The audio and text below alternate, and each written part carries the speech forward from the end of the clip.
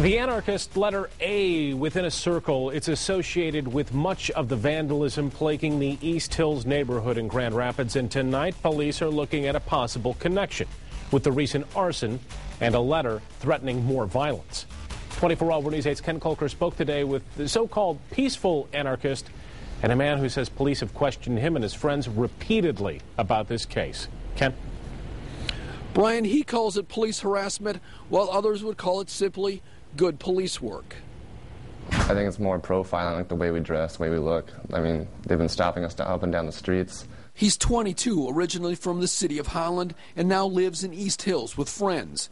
He stopped short of calling himself an anarchist, but agrees with their views. No police, no borders, and a society without classes. He doesn't want his face shown or his name used. We're all like anti-capitalist, anti-consumerist, kind of that.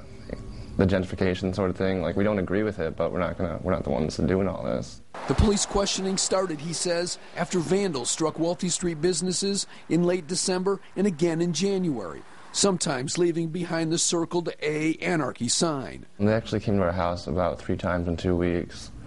And one time they actually came in. He says a roommate allowed police inside. They keep asking for us who did it. Who did it? We know. They say we know. They're trying to get it out of us, and we keep telling them every time we have no idea. And in the days since the February 22nd fire and the letter threatening violence, he says police have stopped him twice while he was walking in the East Hills area.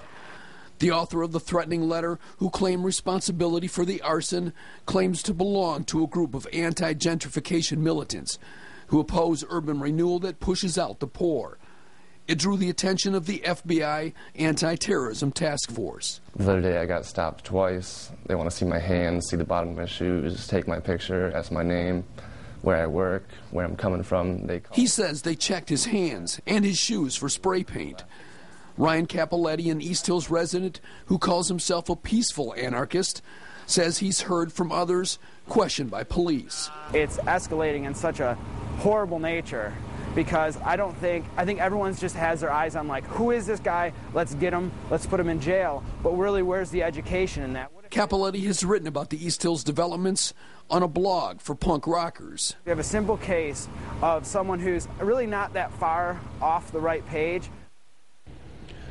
Now, other than a $20,000 reward and stepped-up patrols, police have refused to say what kind of tactics they're using in this investigation. I'm live in Grand Rapids, Ken Kolker, 24-Hour News 8.